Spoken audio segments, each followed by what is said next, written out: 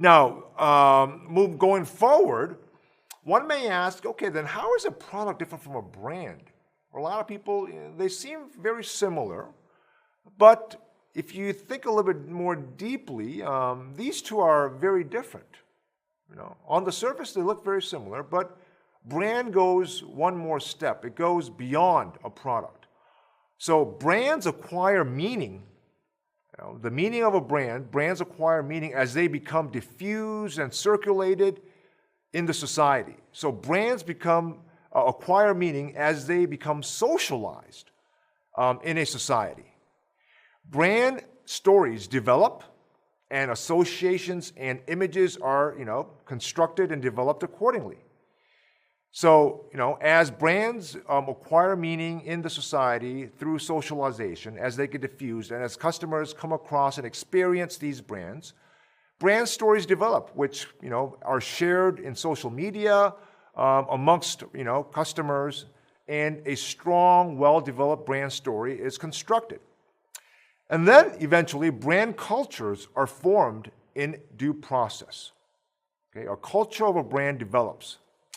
And brands get established as cultural artifacts, and brands become a culture of products.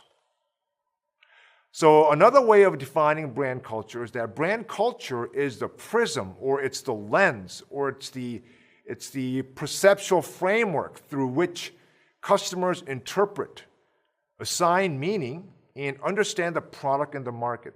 So products in the market are understood by customers through brand culture. Another way of contrasting and comparing products versus brands is that a product is something that is simply made in a factory. It's generic. A product is generic. It doesn't have personality. It doesn't have meaning. It could be just made up of attributes. A brand is something that is bought by a customer, and therefore, brand stories develop, like we said in the previous slide, and where a brand culture is constructed and developed. A product can be fairly copied easily by a competitor, whereas a brand is something that's unique.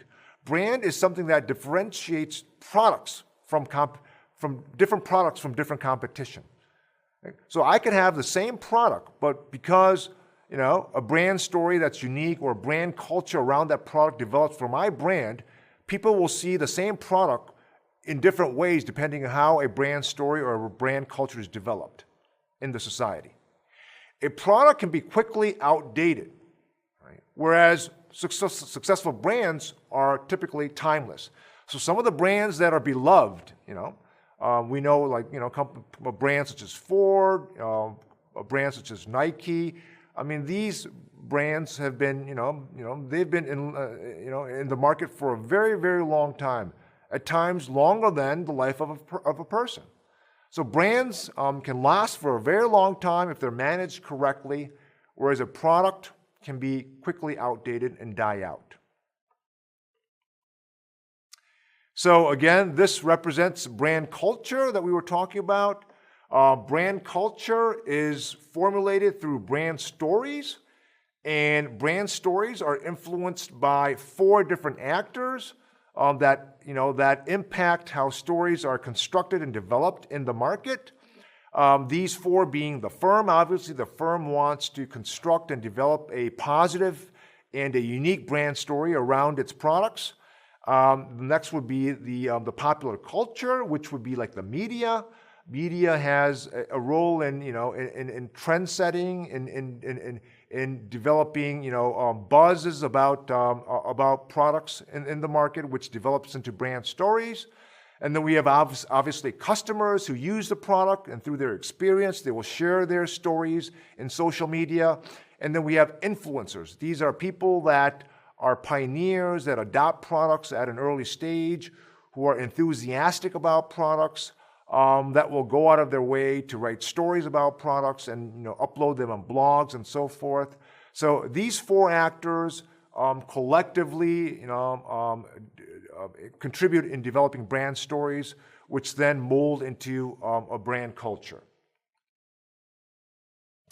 We can think about 5 levels of brand meaning. In other words, brand meaning can be thought from 5 different levels that range from attributes to benefits to values to cultures to personalities. And as you can see, as we go from top to bottom, they go from concrete to abstract, or from tangible to more intangible. And what this is saying is that the more that a brand can be represented at a cultural level, like Harley Davidson, Hog, Harley owner groups, or personality, if a brand has a very strong personality.